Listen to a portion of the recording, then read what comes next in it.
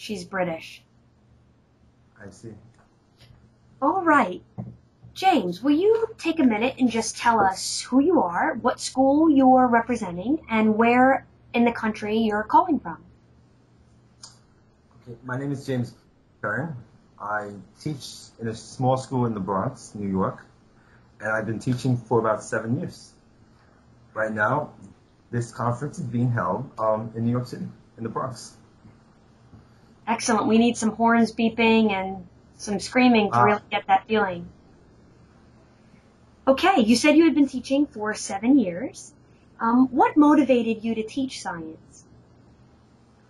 Well, I've always had a strong interest in science since as a child. One of my original plans was to go to medical school or dental school. But then I started getting into education and it changed my perception of working in the office to working more in the classroom setting. And I started to realize that more when I started doing experiments, having fun, and seeing the kids gaining a strong interest and understanding of science education as a whole. And the second piece is there are very few minorities who represent New York City kids who specialize in science and math. And it's very unfortunate because a lot of the kids who live in urban settings need these role models in the classroom as well. I agree. Can you describe for us a typical day with your science research group, your class? Well, I have about 9 to 11 students. They come in at least twice a week, and when they come in, they actually wait to see what kind of experiment we're going to do for the day. The first session, students actually designed a simple paper plane, and it was a simple experiment. We wanted to test out which plane would travel the furthest. The idea was to basically get them to start thinking about scientific method and starting to understand the independent variable and the dependent variable. At the end of the lesson, I guess you want to call it, students actually learn the fundamentals of writing a testable hypothesis. Over the course of the project, they're going to start building their individualized research projects, and they need to understand the fundamentals. Next week, we're looking to basically do an experiment where they're going to test specific flowers regarding to, I guess, bee activities, if we can find them. And some students have an interest of coming in on Saturday as well. Only because they know that they're home, they're wasting time, they're not really getting a lot done, and they do want to come on Saturday, which I'm hoping to do in the upcoming one. That's great that you have that kind of enthusiasm. Does your class meet primarily after school, or are you afforded the opportunity to have a research class in your curriculum? No, unfortunately, we don't have it as part of the curriculum. We have it as an after-school program. The after-school program is anywhere between an hour to 2 hours. And one of the issues that we have is basically the environment, working after school hours in the night, where a lot of parents are concerned of kids leaving school late. And that's one of the issues that we have to actually start looking into, I as a teacher anyway. So we're looking more into working on a Saturday where from daytime, 9 o'clock to about 1 o'clock or 2 o'clock in the afternoon. Excellent.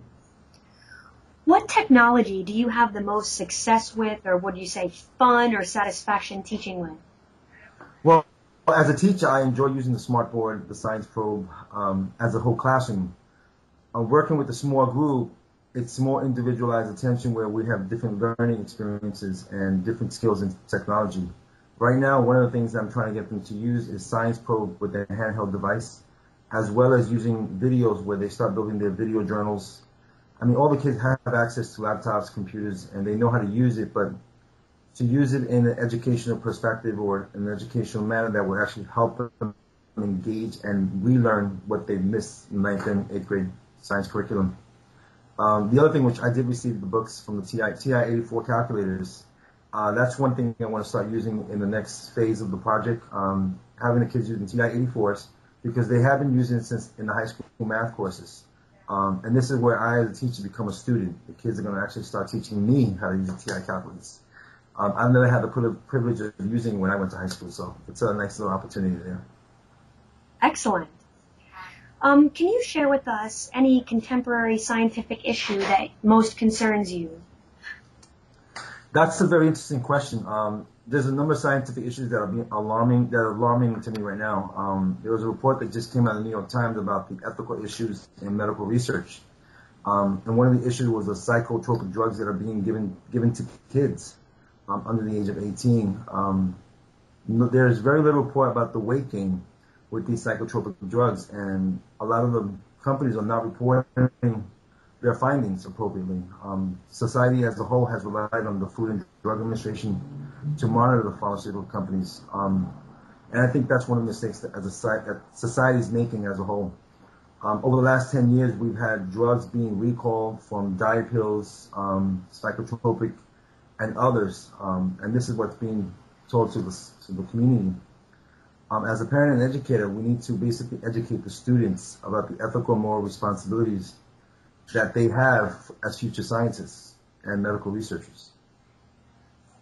Wow, thank you for sharing that with us. What are the benefits or the drawbacks of teaching in an urban community like New York City? I think there's a lot of more benefits than the drawbacks. On a daily basis, I interact with over 100 kids that represents over 30 different countries. New York City has been known to be diverse, and as a teacher, I feel at home. In an urban community, we have the city as our own laboratory center, I guess you want to call it. The city is equipped with numerous parks, rivers, community centers. And living in New York City, we have access to various museums, science research centers, and thousands of scientists working in the same community. So it's a wonderful experience for the kids. Because of where we're situated in the Bronx, within a 10-mile radius, we have Columbia University, Fordham University, City College, Lehman, Manhattan College, and others, as well as medical research. This doesn't include the 5 medical researchers within walking distance and over 30 hospitals. Just recently, I'm starting to work with kids to visit a numerous research centers. And one of the things that we're working with the Bronx Botanical Garden to visit their DNA research center. They'll get them a chance to meet botanists. We'll look speaking with medical researchers over the next, I guess, 2 months. One of the drawbacks working in the Bronx is that you can't get away from the crowd and using public transportation. Right. If you're not used to the order chaos, it can be overwhelming.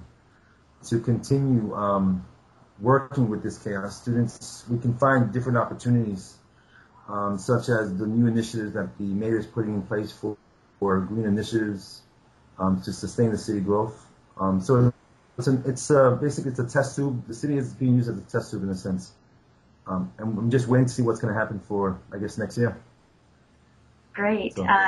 As a good lead-in to our next question, how have you been able to involve your community in your science classes? Well, the community has been very open. Again, with the colleges that we have around us, they're opening their doors. I'm getting a chance to speak with numerous professors that's pointing me to different directions of who to speak with, where I can find individual students that have previous experience working with Intel as well as teachers. As I continue to redevelop the plan, I hope to bring in more resources and partnership, and identify what specific needs the kids have. And currently, they just finished their long-term goal and short-term goals assessment. And I'm starting to use it as part of the research project so that we can focus, or we can actually target their individualized research. There's a number of research opportunities out there, but it's just giving something that they want to do, not something that I think they should do. Right. Our final question, how has learning project management skills, such as the skills that you learned making your project management plan at the Fellows Institute, how has that been helpful to you as a teacher to design, develop, and implement your independent research program at your school? Well, my background as a science teacher, I have a background in information systems, so I'm used to some form of research plan. The project management skills that I've learned or that I acquired during the summer actually has been essential to the independent research project. From time management to identifying milestones for each child, as well as for me. One of the things is being held accountable for the kids and as well as for myself, because when you have specific deadlines to meet and specific projects, the project plan actually helps you and guides you to build a more focused research project. So it's become an essential piece to the research. And I don't think I would do it by myself had I not done the research week, I guess you want to call it, with DC. So it was very critical and it was a very important piece. So. Excellent. All right. Well, thank you for your time today. You're welcome.